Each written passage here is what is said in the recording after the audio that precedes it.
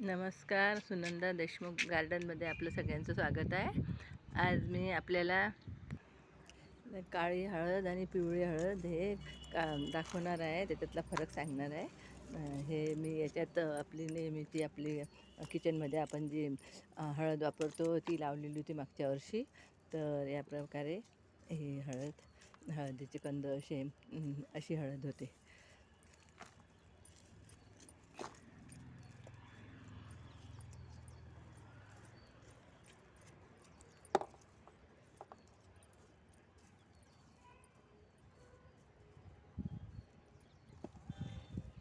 असे मोठे मोठे हे निघतात याचे, ह्या हळदीचे ही आपली पिवळी हळद आहे.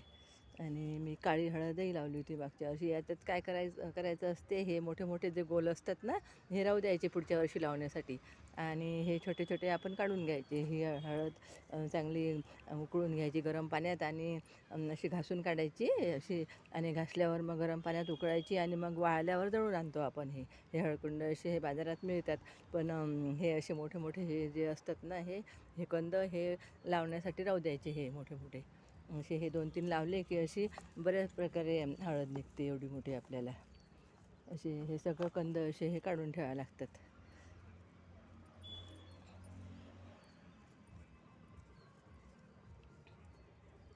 हे आपली रोजच्या उपयोगात आणतो आपण ती हळद आहे, ही पिवळी.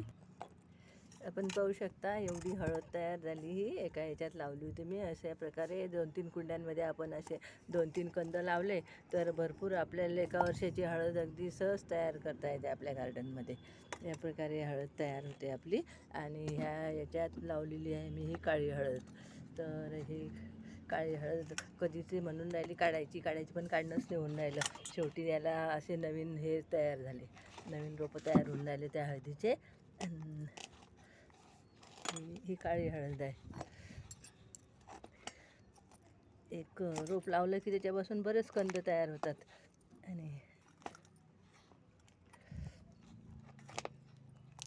हे पण पाहू शकता हे एवढे इतके आता हे नवीन नवीन स्प्राऊट येतात. हे असे नाही का, याच्यापासून असे बरेच रोपं तयार करता येतात आपल्याला हळदीला. आणि हळदही मिळवता येते अशी. आता काळ्या हळदीतला आणि पिवळ्या हळदीतला फरक आपल्याला मी दाखवणार आहे. तर ही काळी हळद आहे. हे पहा, हे अशी तोडल्यावर अशी कापल्यावर अशी दिसते ही काळी हळद. डार्क नेव्ही ब्ल्यू कलर येते, याचा थोडा फेंट आला. आणि हे आपली पिवळी हळद अशी आहे. ही आपण नेहमी उपयोगात आणतो ही पिवळी हळद आणि ही काळी हळद. असा फरक आहे. आणि हिच्या पानात मी मागे व्हिडिओ टाकलेलाच आहे, काळी हळद कशी ओळखायची. तर हिच्या पान येते काळ्या हळदीचं, त्याच्यामध्ये अशी लाईन असते मरून कलरची, लालसर कलरची अशी रेषा असते त्या हळदीच्या पानात. आणि हे आपलं पिवळ्या हळदीचं पान पूर्ण हिरवं असते. या प्रकारे फरक ओळखला जाते. आणि ही काळी हळद आहे, ही पिवळी हळद आहे. या प्रकारे आपण याची रोपं तयार करू शकतो. हे काळ्या हळदीचं असे भरपूर रोपं तयार होतात. ही काळी हळद काळी हळद आहे. व्हिडिओ आवडल्यास नक्की माझ्या चॅनलला सबस्क्राईब करा.